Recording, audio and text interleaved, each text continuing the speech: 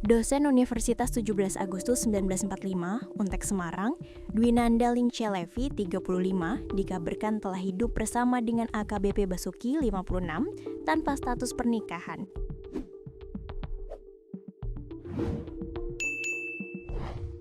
AKBP Basuki rupanya mengaku pada dosen Levi telah berpisah dengan sang istri. Hal inilah yang membuatnya bisa tinggal bersama hingga 5 tahun lamanya. Fakta ini diungkap oleh sesama rekan dosen Untek, Kastubi. Ia pernah diceritakan terkait sosok AKBP Basuki oleh almarhumah. Kata Levi, AKBP Basuki sudah pisah sama istri sahnya. Bukan cerai, tapi pisah ranjang. Ujar Kastubi kepada Tribun Jateng di kampus Untek Kota Semarang, Sabtu 22 bulan 11 2025.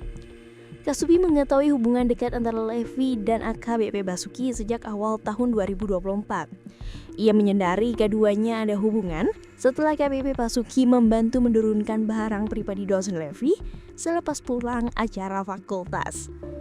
Tidak hanya sekali itu saja, AKBP Basuki menunjukkan batang hidungnya di kampus Untek untuk menjemput dosen Levi pada awal tahun 2025 selepas pulang tugas kampus dari Bali.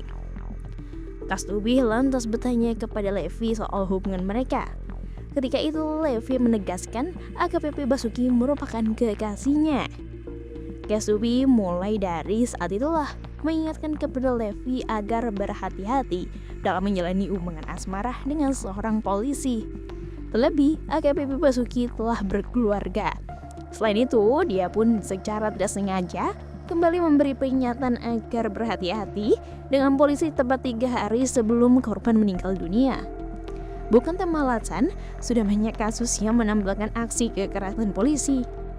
Namun, nasihat dari Kastubi hanya melulu saja bagi dosen Devi. DLL ditemukan tewas tanpa sekali pedang di sebuah kamar kos Hotel Klosel di Jalan Telaga Bodas Raja, nomor 11, Karen Rejo, Gerajah Mongkur, Kota Semarang, Senin 17 bulan 11 2025 pagi. AKBP Basuki menjadi orang pertama yang melaporkan kematiannya.